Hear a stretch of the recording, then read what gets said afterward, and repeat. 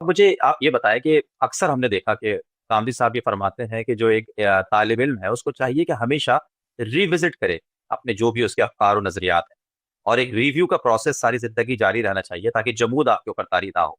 تو یہ صرف ہمارے لیے ہی نصیحت کرتے ہیں گاندھی صاحب، عام طلباء کے لیے، یا ان کی اپنی ذات کے اوپر بھی اس کو اپلائی کرتے ہیں؟ تو جب 23 اعتراضات میں اتنی اپنی لمبی سیریز کی ہے، تو کیا کچھ ایسے مواقع سامنے آئے جس میں گاندھی صاحب نے خود بھی اپنی کسی نقطۂ نظر کو تبدیل کیا؟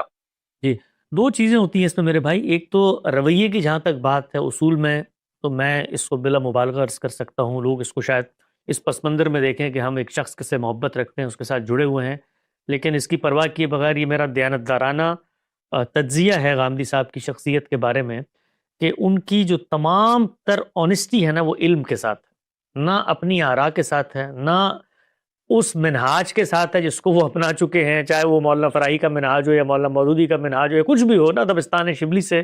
ان کے ساتھ ان کی کوئی آنیسٹی ہے. اصل چیز جو ان کا تعلق ہے آنیسٹ، وہ ہے علم کے ساتھ. ان کو اس کی قطعاً کوئی پرواہ نہیں ہوتی کہ ایک رائے جو وہ دے چکے یا ان کا دبستان دے چکا، یا مثال کے طور پہ وہ 40 سال سے دہرا رہے ہیں، یا ان کی کتاب میں لکھی ہوئی ہے جس کو ان کے بقول جی میں نے 20-25 سال محنت کر کے لکھا ہے. کوئی خدا کی قسم کھا کے کہتا ہوں میں کہ کوئی اس کے بارے میں ان کے دل میں ادنا بھی احترام پیدا نہیں ہوتا اگر ان کی رائے تبدیل ہو جائے. ان کے نزدیک وہ ردی کی ٹوکری میں چلی جائے گی وہ رائے جو 50 سال سے وہ پیش کر رہے ہوں.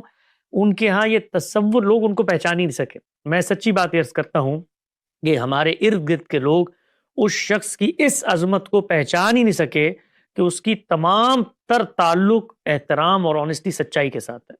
اور یقین جانیے آپ کہ جس وقت میں اعتراض پیش کرتا ہوں، کئی دفعہ ایسا ہوا ہے کہ گفتگو کرتے ہوئے میں نے کسی موقع پہ کوئی سوال کیا ہے تو غامدی صاحب نے وہاں گفتگو روک دی، انہوں نے روک دی، اور کئی اچھا. کئی ہفتے کا ہمارا اس میں ہمارا انقطاع رہا.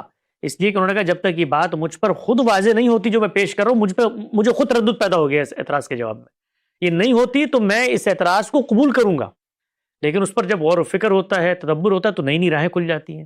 اب جو لوگ علمی انداز سے اس سیریز کو دیکھیں گے ان کو اندازہ ہو جائے گا کہ کتنی ہی روایات ہیں جو میزان کے اندر اس سطح پر قبولیت کے مرحلے پر پوری نہیں ہوئی ہیں، اور ان کو غامدی اچھا. صاحب نے اس وقت قبول ہی نہیں کیا.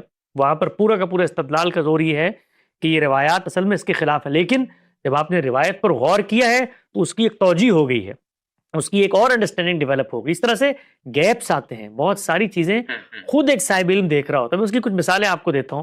مثال کے طور پر پہلی وحی اور غار حرا پہ ہم نے گفتگو کی، تو اب یہ بات کہ جی فترہ وحی ہوا، اب فترہ وحی کے بعد وہ کون سا ایگزیکٹ مقام ہے قرآن مجید کا جو اس کے بعد نازل ہوا، اب یہ سوال کبھی پیش نظر ہی نہیں آیا، زیر بحث ہی نہیں آیا.